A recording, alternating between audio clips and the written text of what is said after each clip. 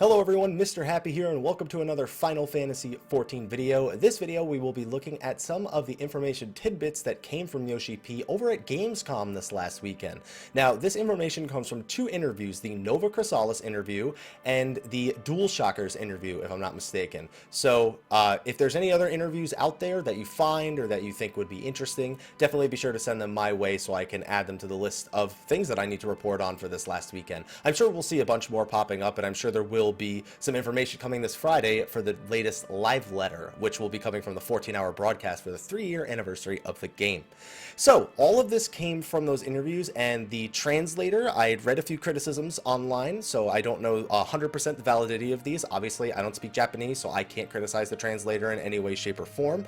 So just take some of this with a grain of salt. Some of it may be misinformation or may not be translated properly, or I may have listened to the wrong people regarding mistranslations. Anything is possible.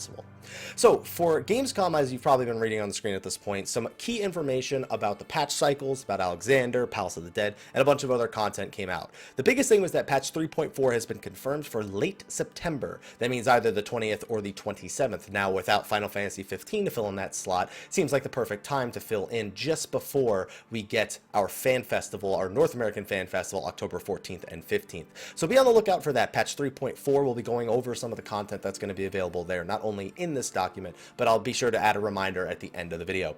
So Palace of the Dead, we've had floors 1 to 50 for a little while now. It's been moderately successful with a few criticisms.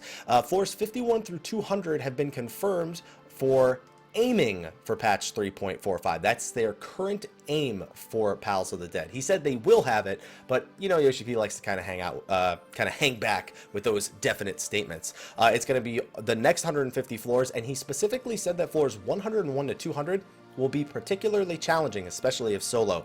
He said that, and this is the translator's words, not mine, he said that anyone who can beat it would be godlike. So I don't know what that means per se. I don't know if it means there's going to be really interesting mechanics, if it's just going to be tuned numerically very high, but that is what the translation was, and I'll take it for what it is.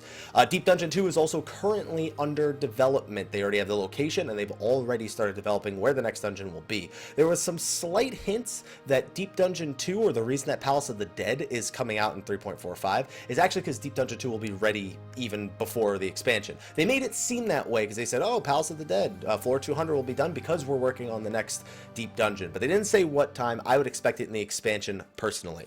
4.0 is currently ahead of schedule compared to Heavensward, which they stated was actually behind schedule. They're currently working on the voiceovers for 4.0. So at that point, we could kind of look to maybe a May 2017 release, but we shall see. We can't make any confirmations there.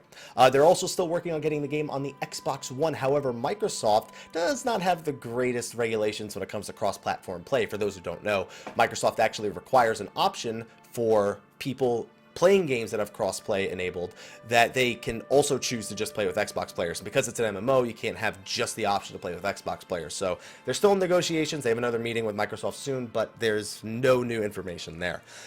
Patch structure, as we call it, the cycle here in the community, is actually believed to be necessary, and I do share the sentiment myself to add my 2 cents. They want to make sure they always have a consistent base of new content that they are developing, while also adding in new things like Palace of the Dead, like Diadem, but they want to also be able to develop these things more successfully.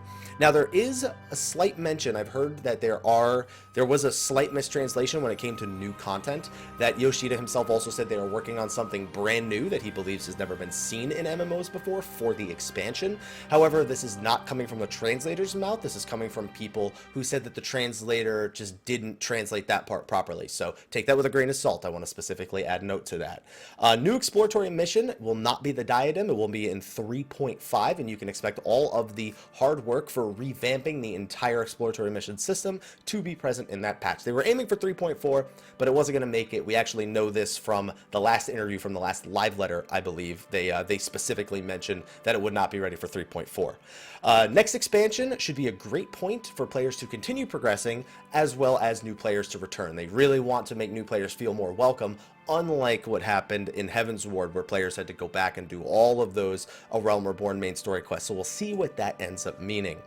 He also wouldn't comment on the feast's success, but he does believe that PvP could have a higher population. They have a PvP team and a PvE team, and the PvP team is currently looking into adding a lot of features. Recently, we've been over these. They are adding the ability to duel other players, although within a restricted area. Not instanced, you can actually duel other players while you are queued up in the duty finder. It's just that it has to be within certain dual flagged areas. Wolf's Den was the place that they mentioned, a new section of the Wolf's Den. On top of that, they said that they are also adding a spectator mode. They're adding the ability to do custom matches without role restrictions, so we'll probably be seeing some fun videos popping up for Monks vs. Four Dragoons.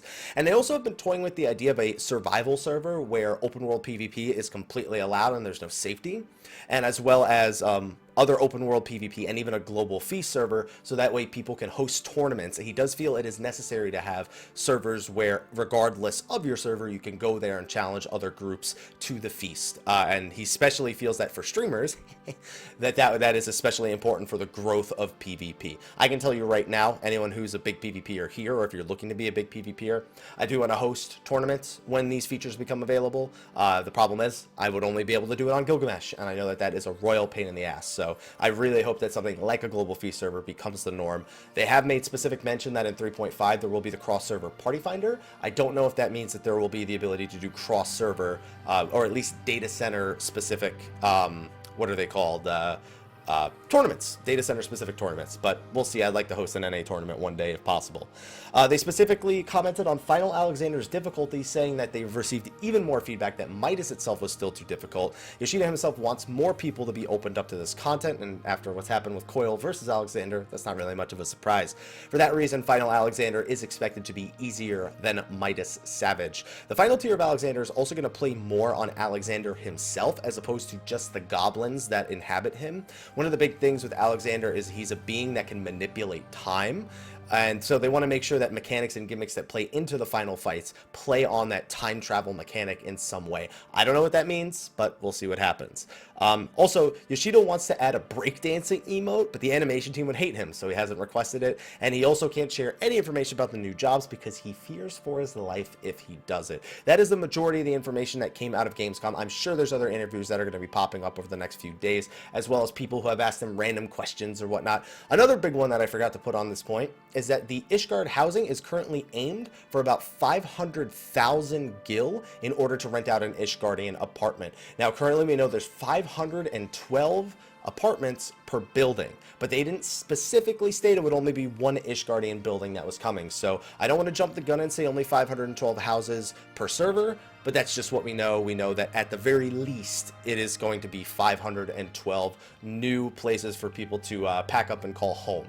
But anyway, that's going to be it for this video. Tell me, what did you think about the information that came out of Gamescom for Final Fantasy XIV? Are you looking forward to the 14-hour broadcast this Friday evening? Yes, Marco will be translating, and I will be sitting there typing my little hands off. We won't be translating the entire 14-hour broadcast, but the live letter, specifically regarding patch 3.4 preview, Part 1, excuse me, I believe starts at 9 or 9:30 p.m. PDT. If you check the lodestone, there should be a list of times for all the events. We are also expecting new information about PvP to come out of that, as well as a few other tidbits, as well as the Rising event. We're hoping to get a preview of that this week as well. If I'm missing anything, be sure to add it in the comment section of the video below. Also, just want to shout out real quick two things. For one, I will be at the Razer store in San Francisco on Tuesday, August 23rd, 2016. I will be with Square Enix there, my friend Soken, who works there, and we will be streaming Deus Ex Mankind Divided from 5 p.m. PDT to 8:30 p.m. PDT on Square Enix's official Twitch channel, twitch.tv/Square Enix. So if you're interested in that game, I've been playing my review copy of it, and I can't post it on YouTube just yet, but it's really good, and it's been getting great reviews too, which is good because I think it deserves those good reviews. On top of that, if you're going to be in the Anaheim area on September 14th, I am going to be attending GameStop Expo as a special guest. So if you don't know what that is, but you're going to be in the Anaheim area on September 14th, be sure to check out the website, buy a ticket, come by, say hello, and hopefully you have a damn good time. I have a few friends that went there last year, and they said it was amazing. They liked it better than PAX, especially because it was only one day. So anyway, just wanted to do those announcements here at the end of the video. Thank you so much for watching this. I'm going to get working on a few other things. So anyway, see you guys next time, and hopefully we'll have some good information for 14 by the end of the week. Until then, take care.